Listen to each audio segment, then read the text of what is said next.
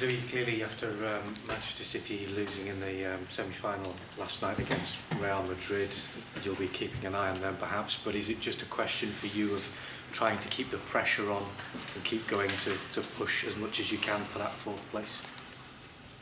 Yes, the situation has not been changed by the defeat of Manchester City last night, I think. It's the same situation.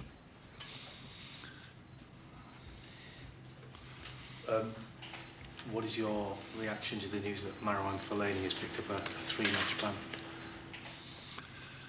Yes, we don't have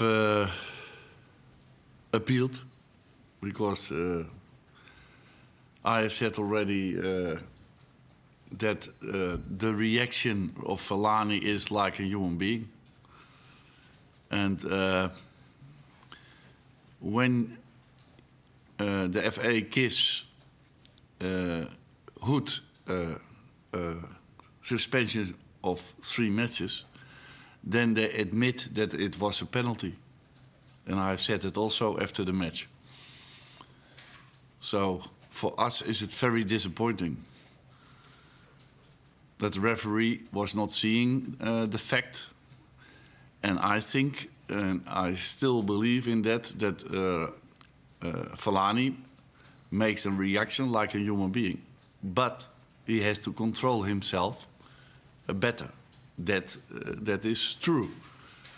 But when you grab somebody in his hair, always this situation shall exist.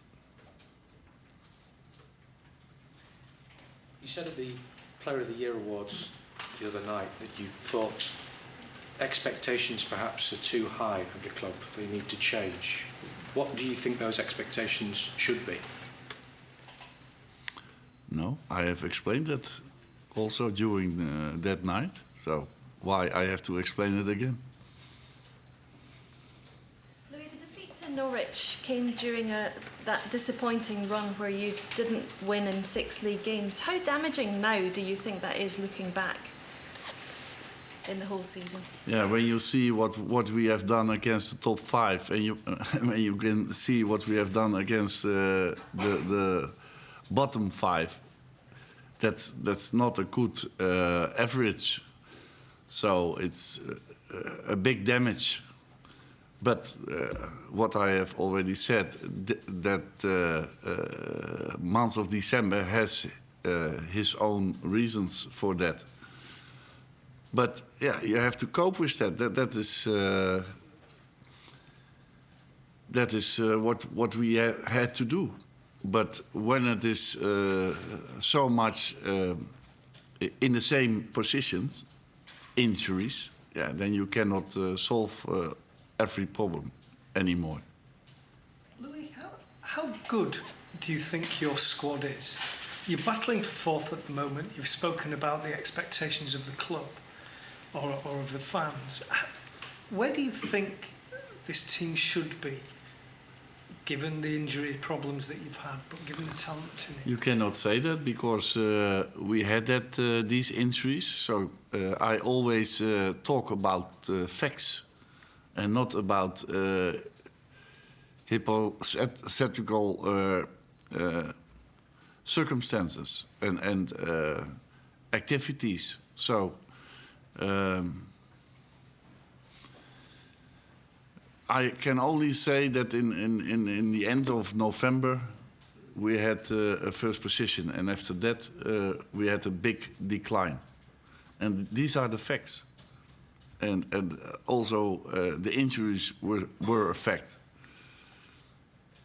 But you can never tell that we, when we doesn't or didn't have so much injuries, that we are first. No, because I have a great respect for the champion, Leicester City. They deserved the championship. And when I say, no, we have so much injuries, and because of that, it's not respectful to the champion. And they deserve the championship in my eyes. I wasn't really meaning where could you have been without the injuries? I mean, with the injuries, given the season that you've had, do you think that where you are is a realistic position for the players that you have, or could you have been higher or lower? That I have already said in several press conferences, and I don't want to repeat myself.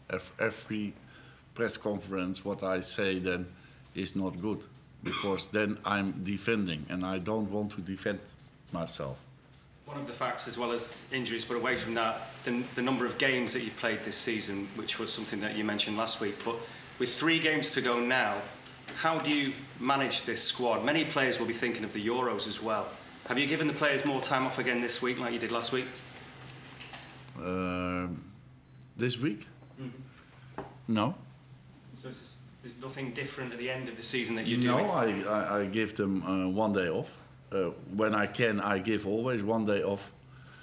But the week before that, I give them 3 days off, because we had a very difficult period behind our back, and to refresh them. But I cannot give a day off when we have to play football, and then I have to recover and I have to prepare. So the players know that, and now this week they have only 1 day off. And just about the race now for 4th place, and with the games that you've got, and with Manchester City only concentrating on that, in your experience, how hard could it be for a team after they've just suffered a devastating defeat in a semi-final? How mentally strong must they be now, and how do you deal with that? It's dependable of the team, of the way you recover, and recover also in your head. We have done that several times after a big defeat, and that's why I said at the gala that I'm proud of my players, that they have the spirit to show that also after a big defeat. And but now we have to win 3 games in a row, and away games, and we didn't win too much away games. We are second best in the home matches after Leicester City also, and we are, I think, 10 in away matches. So when we want to be a champion, then we have to improve in the away matches, and now we have to show it at the right time, that we have to win our matches away against Norwich first, and then West Ham United. Okay, last question. Louis, at this point of the season, are a team like Norwich particularly difficult to play against, given what they're fighting for? In a way, do they have more to play for than you even? It's always difficult to fight against a team that fights for